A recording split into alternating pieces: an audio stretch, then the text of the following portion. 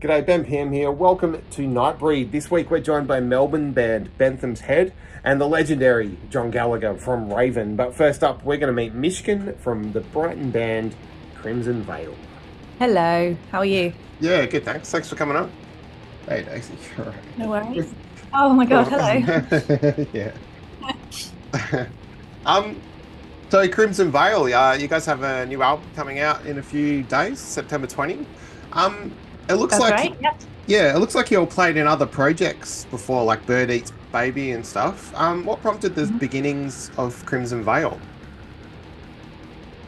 So essentially, Bird Eats Baby was more like I would say like an orchestral rock kind of Hmm. project with like progressive elements that started to make metal.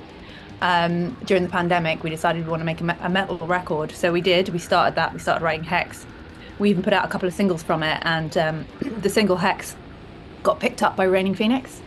And the management company that we're now with, ITM. And yeah, they basically just said like, this is great. We want to work with you, but the previous band releases sort of go back to like 2009, and most of it's not like metal or progressive metal.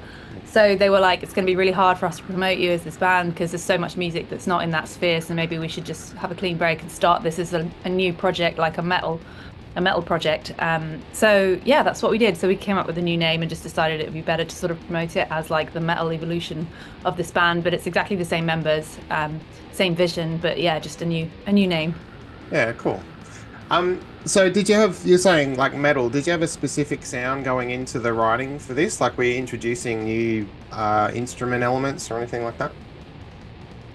I think we just wanted to make something that was just like really kind of, I guess, quite clean sounding and quite like going up a level in production. It's the first time we'd worked with Evan Rodanish with this album. We worked with previous producers, and I think with this one as well, we went into it without the intention of anything at all. Like, because it was the pandemic, we were like, are we ever going to tour again? Maybe the band's over. Should we just write some music for fun? So we were kind of just having fun and writing really stupid time signatures and weird stuff. And Anna had just joined the band, and I knew she was really into prog. And it was the first time we worked with a drummer whose abilities were so like insane. So I was like, right, do you want to write some really stupid music that's going to be really complicated and weird? And she was like, fuck yeah. So Cool. me and Ab started writing Hex together in the lockdowns and bouncing that backwards and forwards, and the sound just sort of came out by itself. It wasn't really that intentional, but we were just kind of having fun, and we didn't really expect anything to come from it. And then everybody just loved the new stuff so much that we were like, okay, well, we'll carry on in this vein. And I think it's worth saying that all four members have very contrasting music tastes, but we all cross over where it comes to metal. So that's really where the signature sound comes from. It's all our different influences, and we're all writers in the band, which I think is quite unusual as well to have all four members, writing for the project. Yeah, how does writing work for Crimson Veil? Like you're saying everyone writes. Does someone bring a basically finished song to the band or are you guys working together? It's Yeah, so we're working together, but generally what each member will bring is like a sketch of something. So Gary will be Yeah. like, I've got this really great riff in 15/8, this could be a part of a song. So we have all these little jigsaw puzzle pieces, and I'm sort of the assembler, so I'll definitely, generally be like, okay, well, this is how the song can fit together. But Gary's also doing that a lot now, especially for the next record after this one. So generally, when we come together, we have all these little pieces, and then we all just kind of go over them and groove and fit them all together. And then I will generally sit down with Hannah to write the lyrics. And yeah, we bounce a lot of stuff backwards and forwards remotely. We're all in different places, so that's kind of how we work. And then we come together maybe once every couple of months and just lay down all our ideas, piece it together. It's a really fun way to write because there's no pressure on one person to like, come up with everything. Everybody's ideas get listened to, and yeah, but it takes ages. Like the songs are really takes a really long time to write. Like Yeah. one of our songs, it takes a really Yeah, long of time. course. Yeah. The video for Ribbons, it's got you all tied up and suspended. Is one of you really good at knots or something, or did you get a rope expert in? Like how did that kind of come about, you know? Yeah, we had a shibari rope expert in called Courts, who was brilliant. definitely not something I would probably ever do again, I have to Mm, say. It yeah. was, you look at it and you're like, yeah, that doesn't look too bad.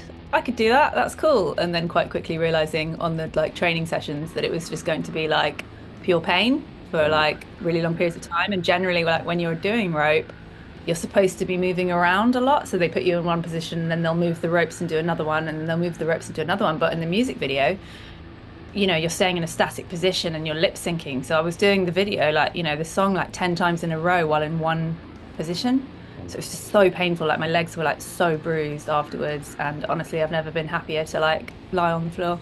mm. So yeah, it looks good, but honestly, like, yeah, it wasn't my thing. Yeah.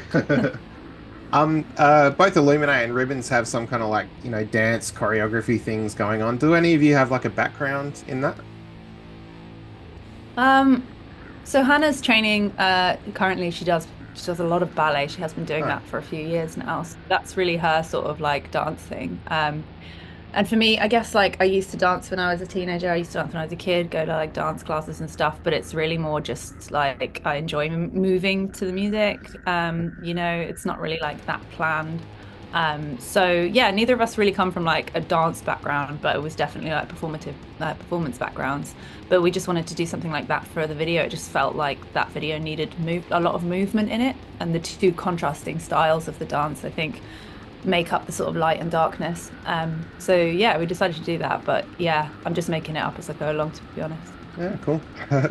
And you've got a few music videos out now. What kind of input does the band have in all that? Like, do you have a chat about how to best visually represent the songs? Yeah, we always have the vision for the music video alongside the song. I think when we're writing the song, I'll probably be the one who generally thinks of the vision for the music video. As I write it, the song is not just a song, it's like a concept and something that I've already got quite clear ideas for. And generally, the music video will come like I've got music videos in my head for all the songs. Not all of them will make it to that stage, but they generally have like a very strong visual concept as well. And that will definitely come from us as a band. Yeah, cool. You toured with Lordi earlier this year. That must have been cool. I imagine that was a visual spectacle, with the costumes and everything. How was that? How was that tour? It was amazing. Yeah, they were so cool. It was just great watching them every night. Like they such amazing performers and like really, really good musicians. So it was really, really fun to watch them play. Like, and they just put on such an insane show. Like, you know, we performed for like half an hour and I was like, whoa, that was quite tiring, like, Mm, and then they were there for like 2 hours in platforms and full on like mm, costumes and stuff. It was like, this is phenomenal. But they were also just so lovely, really, really lovely people and very welcoming. It was like our first tour and we were like totally the little newbies. And yeah, they were just really nice and we've stayed friends and, they're just really, really cool, lovely, lovely people and great musicians. So it was a total honor to open for them. yeah, cool.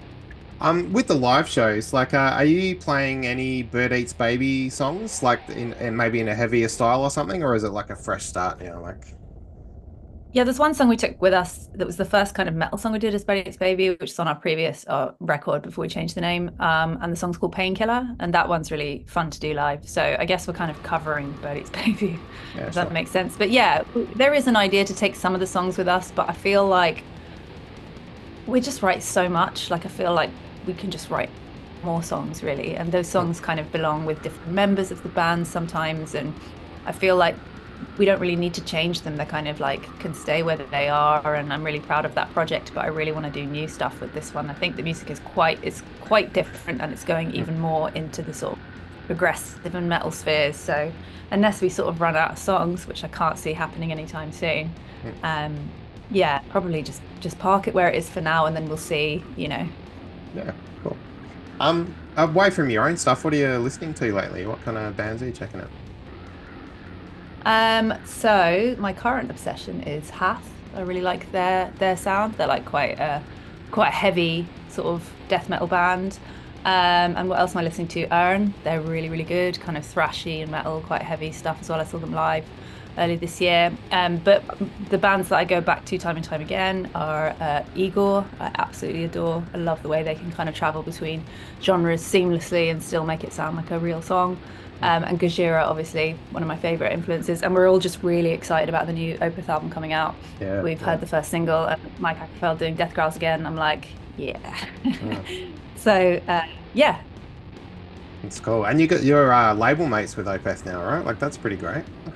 I know, right? Yeah, What the yeah. hell? It was an amazing moment for us to realize that Mm. it was brilliant because they're a huge influence on our music. Actually, I mean, we all love Opeth, so and Meshuggah too. So it's really really incredible to be on a label with bands that like we grew up listening to, and we were forming bands because of those bands. So it's Mm. really cool. Yeah, it's great, man. So yeah, the album's out September 20. What's next for Crimson Veil? You got shows coming up or anything? So yeah, we're going to have an album launch party in our hometown of Brighton. Cool. And then once the album's out, we'll be able to start announcing tours of what's happening. I think most of the tours are going to happen. 2025 is going to be a pretty big year for us. Mm. But we don't have anything solid that we can announce just yet. It's all kind of like, up in the air. But yeah, we just want to hit the road as much as possible. We're really, really keen to tour. The tour with Lordi was fantastic, and it was just a taste of like the live stage again. It was absolutely brilliant. So we're all really, really keen to tour as much as possible. Yeah, awesome. Cool. Michigan, thanks heaps for your time. Be cool to chat. Cheers, man. Thanks. Yeah, thanks so much for having me. Cheers. Yeah. Cheers, Michigan. Now to Raven. If you're unfamiliar with the work of Raven, get ready for a fest of records to check out. Raven started back in 1974 and were part of the new Wabum scene, the new wave of British heavy metal. I got to chat with bassist and vocalist John Gallagher about a laundry list of cool things. Here he is. All right, hey man, how are ya? Hello. How you doing, Ben? Yeah, good, John. How are you? I'm good. It's they're putting me through the ringer here. We took that one up to 10 seconds before I joined you there. Oh my goodness, man! Wow. Okay. Yeah, cool. Well, it's great to have you, man. So All Hell's Breaking Loose, your 15th album came out last year, yeah? It's got a great sound. Was there anything different about how it came together? Yeah, it was a lot more organic than the previous album, especially because the previous album was done in fits and starts. We started the project, we had to fire the guy, we had to, and then we were doing a cruise, and we ran into our old friend Michael Wagner and asked him if he could mix when we do the album. And he said, yeah, where you recording? I says, oh, we're doing it at Mike's studio. Mike was building a studio in Los Angeles. I think, okay. And then he called back and said, when you going to have it ready? He says, well, it's going to be a few months. And he goes, oh, I have to go into hospital and it's major. Can't we do it now? I'm like, huh, where? And he goes, at my studio. So 2 days later, we end up in Nashville at Michael Wagner's studio doing the album, which was fantastic. But then we didn't like the mix, and then we had to go through it, about 4 guys to get the mix. So it was all this backwards and forwards nonsense. This album was done start to finish, the 3 of us at Mike's studio. Boom. So, we wrote, we arranged, we produced, we made the tea, we made the toast. We did the whole thing, just the 3 of us. And we got this great guy, Lassie Lammert, out in Germany, who has, like golden ears, and he did a wonderful job on the mix. So he was the one outside guy on that. But as far as everything else, it was just the 3 of us bouncing off each other and just saying, try this, try that. And it was great, other than we ended up into Mike's hours, which is like a vampire of, getting up at like 1 o'clock in the afternoon and then working all night till 6 or 7 in the morning.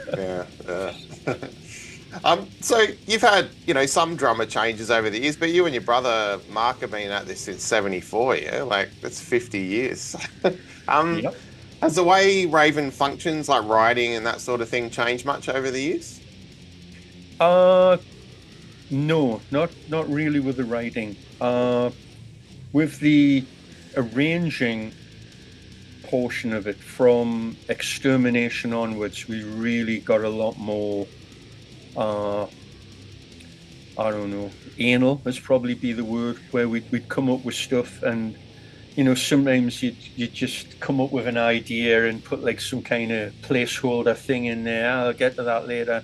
And it was always a case of, like sometimes those things would end up, and later you'd listen to the song, go, Well, why is that part in there?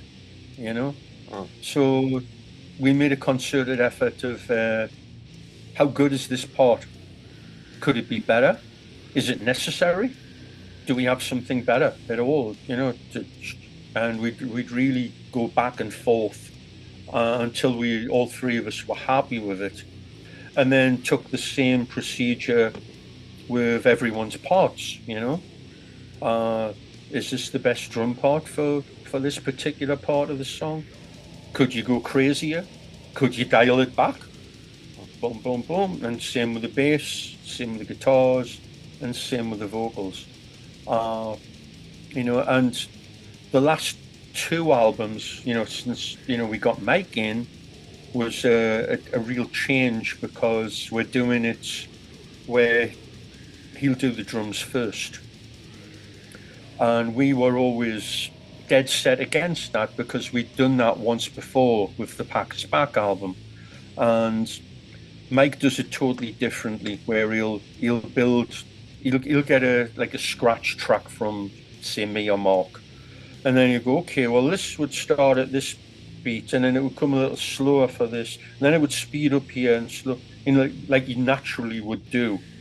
And then he builds a track, and then you go, okay, what can I do here? What can I do there? And like the same way where everyone else you could do that, back in the day, it was just like, get a drum track. But I don't like, it's all right. Well, there's no, it's all right now. Now he has the opportunity to go and say, and even when, he puts it together and we're like, well, change that. That part doesn't work as well. Or, hey, what you've done there makes me feel we should change what we should do. And then we'll change the riff or the passage to fit what he's doing. That collaboration, bouncing off ideas, really makes a huge difference. And the amazing thing is, because of the way all three of us play, it's jigsawed like that, but it sounds exactly like it would with the three of us playing in the same room. And that's really the way it has to sound. If it didn't sound like that, we wouldn't do it that way. Yeah. Doing it this way obviously helps with time. I mean, nobody in their right mind wants to hear a drummer try 400 variations of a song. Mike can do that quite nicely by himself, thank you. We'll hear the best of them and then go from there. Yeah. But it's been dragging me and Mark into the 21st century, and it's exciting. And because all the the modern tools, the pro tools and all this type of stuff you've got in the studio can be incredibly helpful creatively. You can cheat.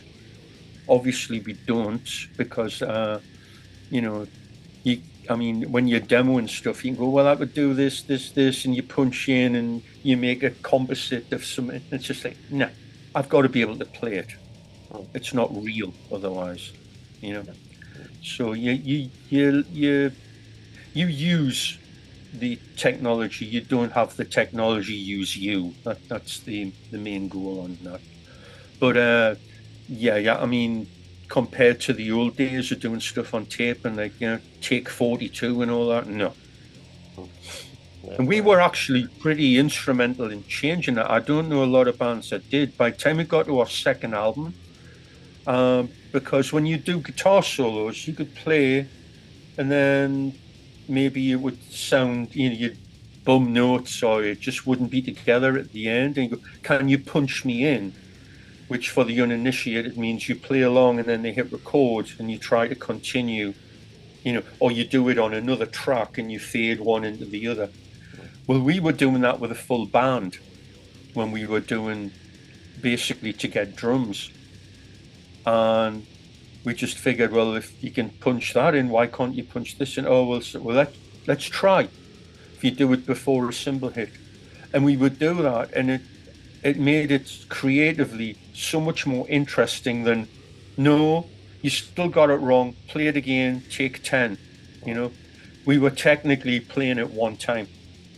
And that was that was a huge leap forward with that. So it's basically anything that can reduce the amount of time you're messing around between playing it and getting it on tape. Yeah, yeah. Early days. I've got a couple of mates who kill me if I don't ask about this. You played with the Stranglers, right? How'd you get together Yeah. with them? Do you know those guys or something?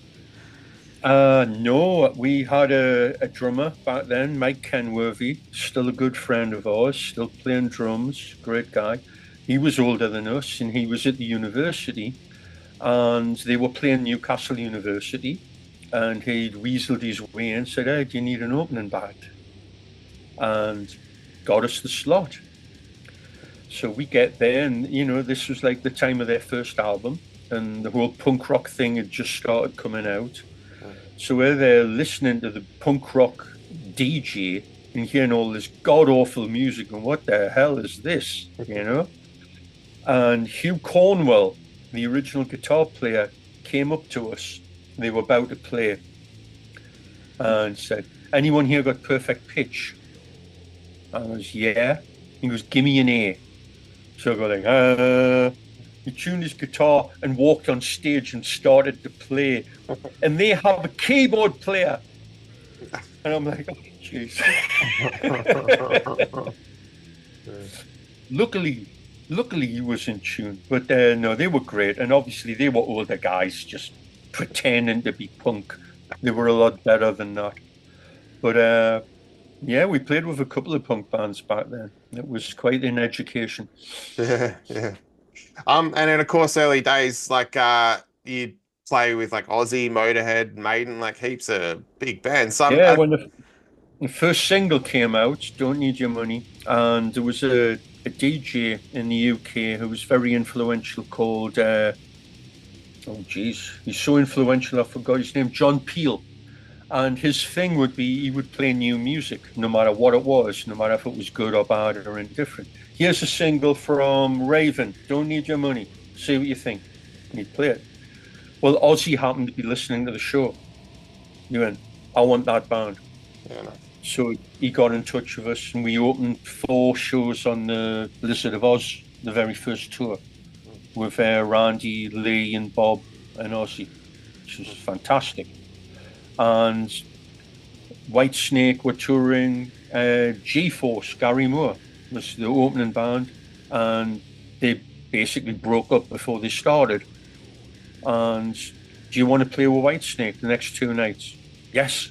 So like that day, we load the gear, boom, go there. And the guy's like, "Gary Moore can't be here tonight. Here's Raven." Yeah, jeez, man. That's trial by fire for sure. But and we're in the dressing room, and it's like, they're next door. Who? John Lord, Made in Japan, Ian Pace, and the door opened and they walked in. And it's a total, we're not worthy, and they were such gentlemen and so inspiring, and it really hit home. Like, they're normal guys, and they're just, like I said, real gentlemen, and it really, went in the bank and gained a lot of interest. Like, this is how you behave, this is how you act, this is how it's done. Zero ego. As far as that's concerned, all the ego belongs on stage, not off stage. So Yeah, cool. It was very good, very educational. Yeah, because then of course the reverse. You took Metallica on their first ever tour back in '83. Yeah. Yes, we did. Yeah. Yeah. Then Johnny Z says, "Hey, I've got the biggest band in San Francisco to open for you." We're like, Sammy Hagar, Journey, and Grateful Dead. Like, no. Metallica. Who? Never heard of them. And then a cassette came in the mail like a week later, and then it's No Life Till Leather. We're like, is this at the right speed? Sounds like Motorhead on crack. It's like, yeah, these guys will be fine. That's great. So we met up with them a couple of days before the tour, got on like a house on fire, and went out there with 1 6-berth Winnebago, 2 trucks, and 17 people. Do the math. Nobody got any sleep. Yeah. And you took Anthrax on their first tour as well, right? Anthrax the following year, yeah. Mm. There's early photos of our first gig in the States, the first couple of gigs, and you can see Scott and Danny Lager, who was in Anthrax at the time. Mm. You can see them at the side of the stage. They're in there. So yeah, we knew the guys well, and they put their first album together, which was awesome, and we took them out too, which was killer. Yeah, it's cool. Um, if the Raven Wikipedia page can be trusted, it looks like you've over the years you've had a lot of success in the US, yeah, and like toured there a lot. Is that right? Yeah, I mean we've been living in the States since '84, Mm, yeah. so we've been over. Uh, yeah, I mean we had the ups and then the downs. Uh, just prior to the whole grunge thing. Mm, We were on Atlantic. It wasn't a great experience. The second album, there were a lot of pressure to be very commercial. And we did a commercial album, which, it's craft. It's not creativity. It's done well, but this, this band is a mixture of opposites. There's, order and chaos and musicianship and noise, and it was slanted too much on the commercial end of things. So we redressed that, and but it took a long time to gain, I guess, trust back off a lot of them, because you know how heavy metal fans are. They're very, very tribal, and everything has to be just so. There's not a lot of wiggle room in that. And then, of course, the musical landscape changed so drastically from like '86 onwards. It was either glam or thrash. And then, of course, it was all gone and it was all grunge or new metal. And when we were kids, we played the clubs, like you said, with the punks and that. So it was just like, I'm going to have to just wait it out. The wheel will turn. And it did. yeah. So yeah, you've been a part of heavy metal and speed metal since its early days, really. Do you listen to much metal these days? I actually don't. I don't listen to a lot of it. I'll listen to a lot of the stuff I grew up on. I'll be pulling out junk when I go to the stores, stuff like that. Yeah, And stuff like that, the yeah. Deep Purples and the Led Zeppelins and all that nonsense. Mhm. I'll listen to, I just got a Pat Metheny album with solo guitar. Mm. Just got a Tori Amos album. I'll listen to that. Jethro Tull live box sets. Yes, live. I like a lot of the progressive stuff. So I mix it up. But yesterday I was doing work on a guitar and I played a couple of AC/DC albums through. So Yeah. it's always good to hear the roots, definitely. Yeah, cool. Has your bass setup changed much over the years? Like what you're Oh playing? yeah, Yeah. it's well, I've still got the old girl at the back there, Mm. the Red Explorer, which is going on 44 years old at this point. Mm. And for your viewers, I should pull it out. Oh, So, yeah, cool. All right, sweet. Yeah.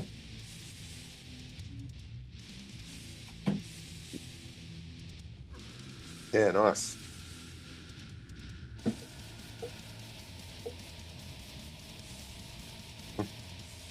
beat to death, Yeah. but still very, very whammy. Yeah, that's cool. So I've got that. I'll be bringing its clone. I have a clone of that because this one needs a little work done to it. Okay. I'll be bringing this bad boy. It's packed up. Oh, yeah. This one has a whammy as well. I just have the bar taken off it at the moment. Okay.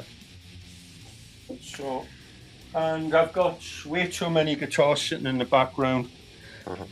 But I want to start playing a bit more 8-string, get a bit more of that into it. It's been a few years. There is 8-string on Metal City at some point. I think it's on the Motorhead album. Motorhead song, yeah. We didn't get to put it on the last one. So, damn it, we need some 8-string on the next one. Okay, good. Well, I guess that's my next question. The last album was last year. When do you think we'll hear some more new Raven? Well, Mike moved from LA to San Antonio, Texas. So he's currently building a brand new studio. So hopefully that'll be ready in the spring. So we're looking to do some work around then. I'm always writing. I've got loads and loads of cool ideas. We've got lots of stuff. There's always guitars floating around at the...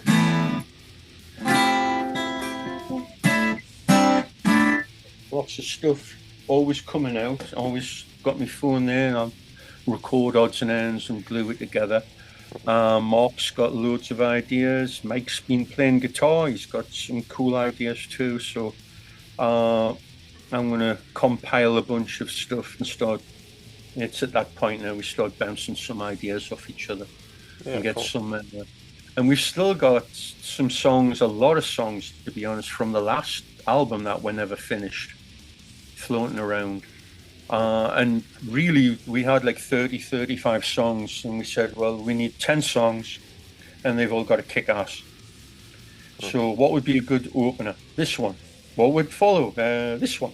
So we cherry-picked 10 songs, and there's other great songs, but these were either, they just struck us as being the right ones for this project, or they were in a state where they were more complete, and they say, well, this is going to take more work. It's not quite there. Put it on the back burner. Because sometimes, like a fine wine, you got to leave it a bit. Leave it on the shelf. And you come back to it with better perspective and go, damn it, why did we do it? It needs this. And I'd actually done a lot of that when we did Metal City. There was about 4 or 5 songs on there that I'd had floating around forever. And I just got in the frame of mind where I put them up and went, this needs this, this needs this. Ah, that riff that Mark had, that needs to go in there. Dun, dun, dun, dun, dun. And then we had like, half the album. I was like, wow, cool, let's go with that. Yeah. You're saying, so Mike records guitar riffs as well, yeah? Has he done that before? Records what? Did you say Mike records guitar riffs as well? Is that right? Or is he just giving you like little drum parts? Mike? Yeah. Mike came up with riffs for, what's the song? Turn of the Screw. All right. Okay. Yeah, on the new album. That's his riff. Yeah, he came up with that. Oh, cool. So, he's you'll often find that drummers end up being really great guitar players. I mean, our original back in the day, Rob Hunter, fantastic guitar player. It's at the point, those early albums, it's very difficult to discern who came up with the riffs. Because he did, Mark did, and I did. We all came up with riffs. Joe Hasselvander, great guitar player. He can out Tony Iommi any day of the week. And he came up with, some great riffs. Architect of Fears, one of his. I mean, forget it. He great guitar player. So it's always obviously incredibly helpful that everyone is creative and everyone comes up with ideas, Yeah, that's cool. So Raven's making their way back to Australia in November with Hyena and Bengal Tigers. That's pretty exciting. Yeah, we're flying out on Thursday, which is it's Tuesday today, so I've got today and tomorrow to pack, and then we're off on Thursday. We're playing a show in Singapore, and then we're making our way over to the Great and Powerful Oz, and we'll be playing in Melbourne on the 7th, I believe, at the Northcote Social, and then on the, I know that'd be the 8th, wouldn't it? And I think the 9th we're playing the Steel Assassins in the festival in Sydney. Yep. Yeah, it's cool. So you guys were here like 2019, is that right? Is that when you were last? 2019, yeah. Yeah. So you like the Aussie crowds, so, Aussies Oh getting yeah, to play? it Yeah, was yeah. great. We just wish we'd had a little more time to look around because all we ever saw was restaurants, hotels, and the gigs. So hopefully we'll get to see a little bit more of the country this time and get a bit of that local culture. Know what I mean? Yeah, excellent, mate. Good, good. Well, look, John, thanks heaps for your time. I'll give you a little breather before your next one of these. And yeah, it's been Yeah, awesome I to need to chat, man. get Thank need to you. get myself another cup of tea here. Yeah, very nice. Cool. All right, thanks a lot, mate. Have a good one, eh? Cheers. Awesome, man. See ya, and thanks everyone out there. We'll see you soon. Yeah, man. Thanks a lot. Have a good one. See ya. Yes. They're playing shows sadly nowhere near my part of town, but if you are anywhere near these places, get a ticket. I feel like the Raven show will be a great one. Bentham's Head are a band out of Melbourne who Metal Archives lists as playing sludge metal / deathcore. They definitely have their own thing going on. I spoke with Connor and Chris about their new debut album that came out in September, Blood, Salt and Ash. This is Bentham's Head. So Bentham's Head, the name of your band, like it sounds like it could be an Australian suburb down south, maybe or something. But I'm assuming it's a reference to the preserved head of Bentham, right? That is spot on. I was about to ask if you'd stumbled on that yet. Yeah. I did like philosophy and bioethics at uni, and I remember coming across that one week, and it was a bit of a meme, and thought it was pretty funny. And then years later, it was like, oh, what do you guys think? And then they're like, oh, and I showed them the picture, and it pretty much won them over straight away, I think. Yeah, but there's not much meaning behind it. It's just kind of a cooked head. Yeah, man. Yeah. A good story for anyone that's checking this out. If you don't know about the head, like give it a read. It's actually fucking hilarious in a morbid way. No, for sure. So yeah, Blood, Salt and Ash, debut album, came out September 20.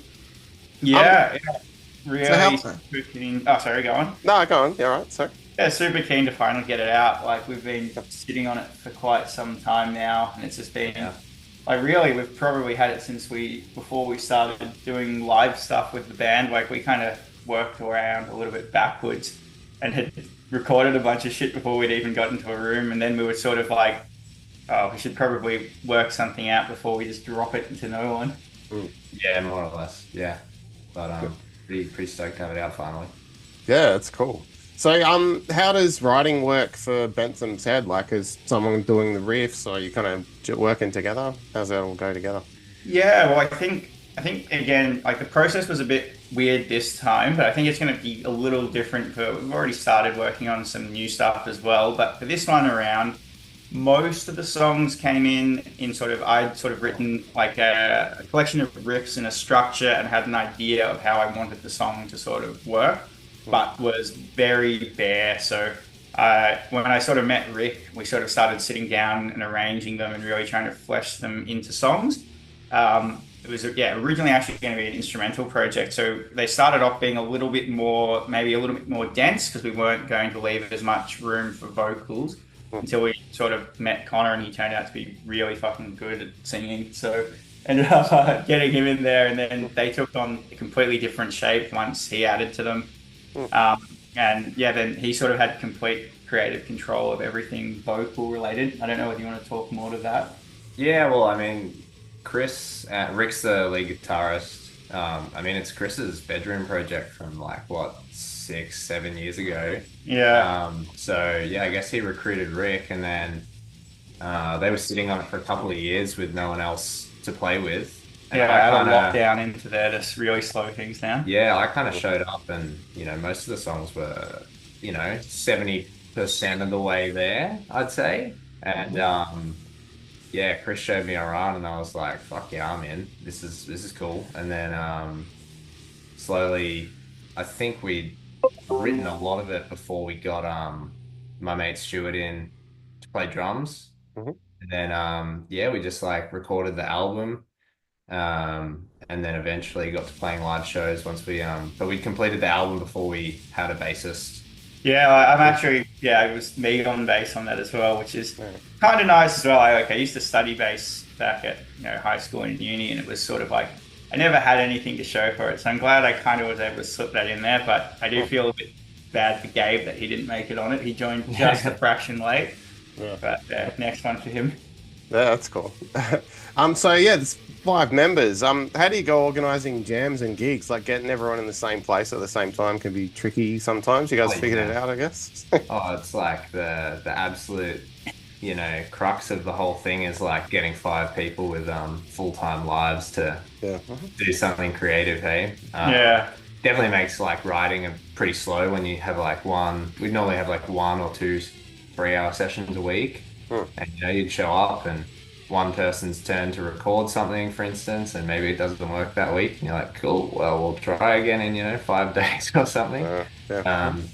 We normally rehearse like Pretty much every week. Yeah, like everyone's once a week. great with that. Like, I think real beauty with most of the people in the band, I think maybe you're the only person that didn't formally do music at uni at some level. Yeah, I have no idea what I'm doing, but I mean, you've done all pretty on top of training, it. but yeah, everyone else kind of has at some level studied it somewhere. So everyone's pretty like committed to the thing, which is a real bonus. Like we've all played in bands before this where you had that like you're dragging that one bloke, kicking and screaming, trying to get him into the room, and it's always one person putting in way more effort than everyone else. But this is, I think, really from everyone, like a real labor of love that everyone kind of really wants to see this one through. So it makes that bit a lot easier. Yeah, cool. The track Dark Signals sounds like a little short cinematic narrative kind of thing. Is there any other sort of narratives or themes in the lyrics for Blood, Salt and Ash? Yeah, so I actually also made the Dark Signals track myself. Cool. That's my thing. That I randomly made it just years ago, just mucking around with samples and stuff. Cool. And then when it came time to do the album, we just thought it'd be kind of a cool extra as an interlude. Yeah.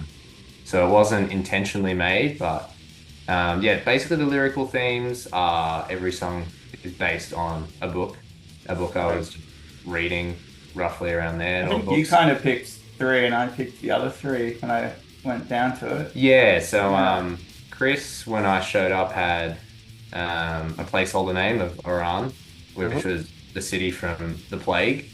Albert Camus. Yeah. So, and I was like, I've read that. So that's an easy thing for me to write about. And then basically, like, just one song at a time. They're not really related in any direct sense, but certainly the first 4 tracks, the books are about like people kind of on the frontiers.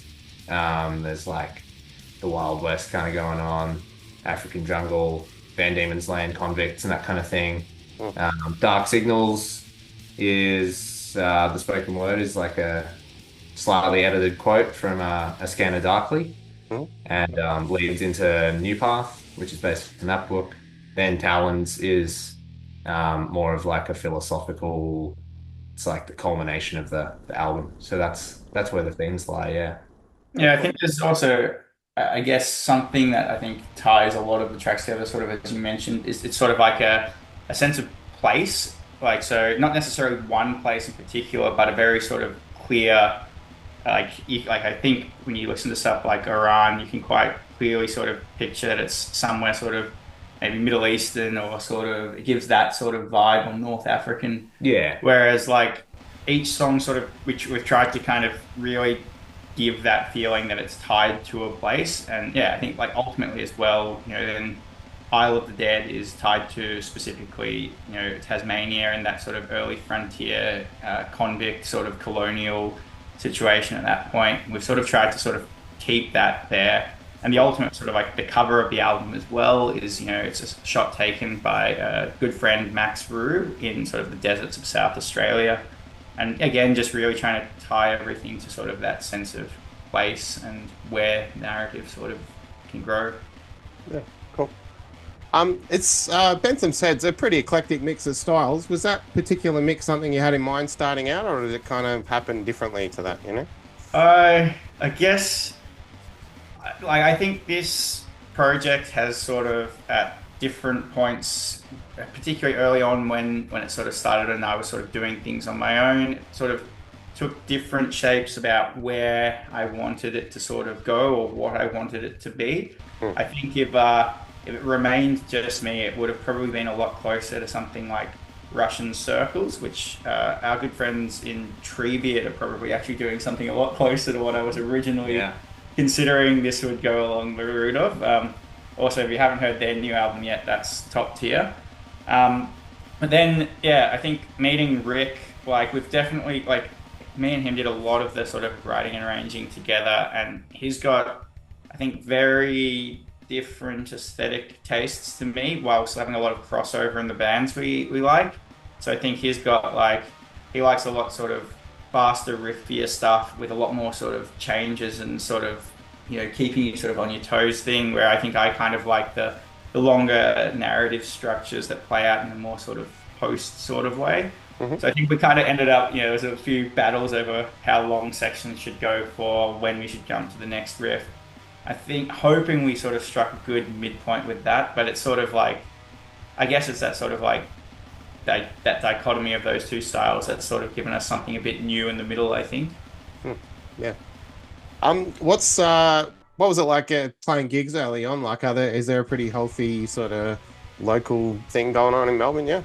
Yeah, I mean, I think the scene's pretty good at the moment. It's pretty wild. We launched in June for last year. We sort of put out a debut show with, you know, very minimal following on socials, and no music sold out. And we were shocked. Like, it was kind of funny. We're looking at each other one rehearsal before it, and like, who's buying these tickets? But we rocked up to our first show with a completely packed room, which was awesome. Like, I just had this shit-eating grin across my face for the whole night. I was like, "This is pretty good. Like, it's gonna be like this every week." Like, it wasn't every time, but that was a fucking killer night. And then it's been pretty good since then. Yeah, I mean, like, there's a lot of regulars you see around all the time. There's a lot of killer bands around at the moment, like, you know, Goat Shaman, Aglow, Mammon's Throne, Treebeard. There's a lot of really cool acts operating in the same kind of style as us. So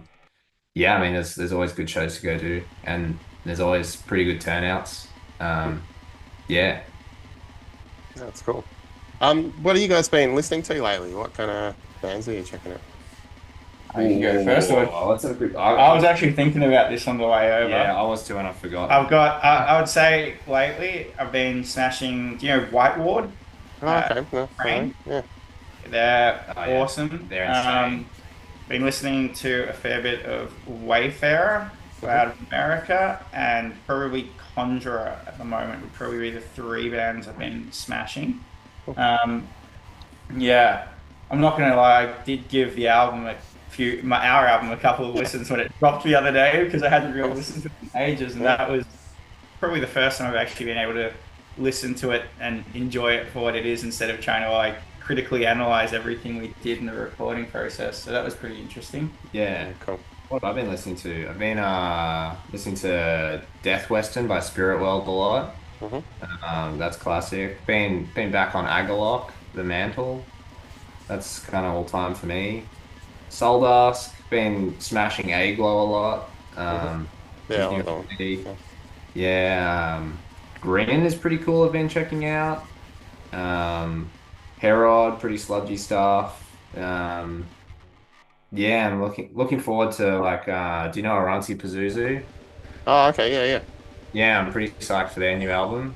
They're always pretty trippy and out there. So another good album that just dropped, new 200 Stab Wounds album. That's been getting a spin for me, and probably also Creeping Death, but they've not dropped anything for a little bit. But yeah, they've been fun.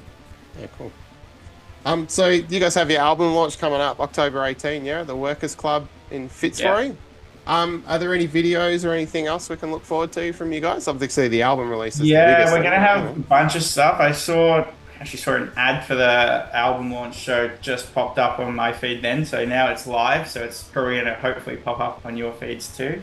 Cool. But we've got a fair bit of content to drop for you guys in the next little bit. We've got a few playthrough videos, I think a couple more vocal performance videos. Yeah, maybe one more, yeah. Yeah, so a little bit of stuff to just sort of give you a little bit of an idea of sort of what was going on with that process. And then I think, you know, leading up to the gig as well, if you've if anyone's not heard any of the stuff that the other three bands on the bill have put out, it's pretty cool. Treebeard have just dropped their album, Snowman. It came out a couple of days ago, and that's killer. Really good stuff. Black Aleph, they've got an album coming out as well, but they've just got their single that's dropped recently as well, which is really good as well. And Cull is always good if you just want to get some absolutely bleak, doomy black stuff going. Like, give them a spin on the leader. Yeah, it should be a good night. It's like a nice progression.